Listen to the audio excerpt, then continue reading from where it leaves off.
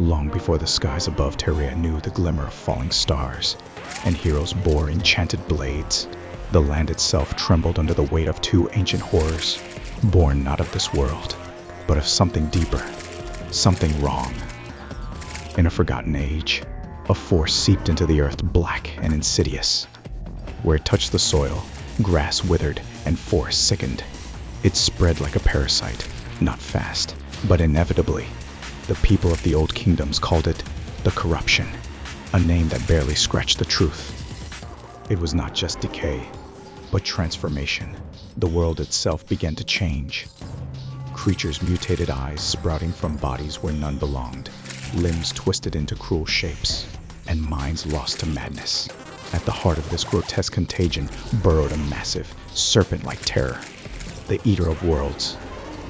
Legends say the Eater was not born, it was formed. It was formed, piece by piece, segment by segment, as the corruption festered and gathered strength. Every vile worm, every cursed creature consumed by the taint added to its mass. In time, it became one with the biome itself. A creature not merely living in the corruption, but of it. It tunneled endlessly beneath the corrupted lands, whispering foul promises into the minds of those who dared dwell too near.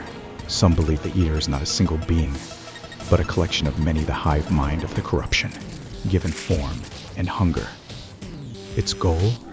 To consume the world, digest it into darkness, and spawn ever more of its kind. But where the corruption spread cold and calculated, there came another infection, blood warm, violent, and altogether more alive.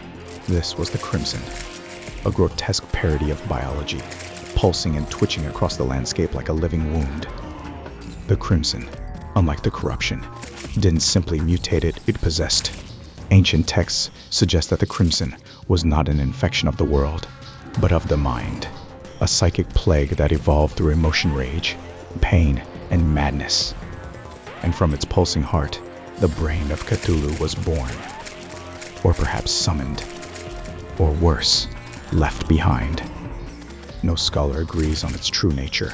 Some claim it was once part of the godlike being known only as Cthulhu, a fragment of divine madness torn from the whole when the ancient dryads and their allies battled the entity in a war now erased from mortal memory. Others whisper that the brain is no fragment, but a seed. The brain does not roam like the Eater. It waits, thinks, plots.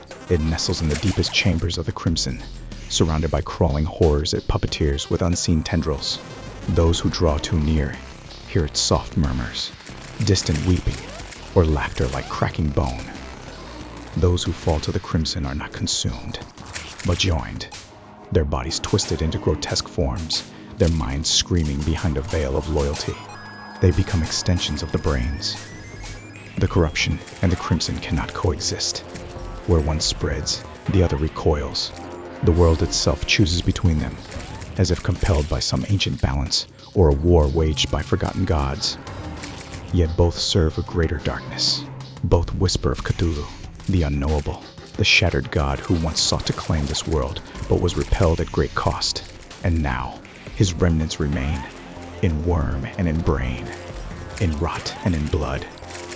And the world waits, for the day the stars fall, for the day the seal breaks, for the day he returns.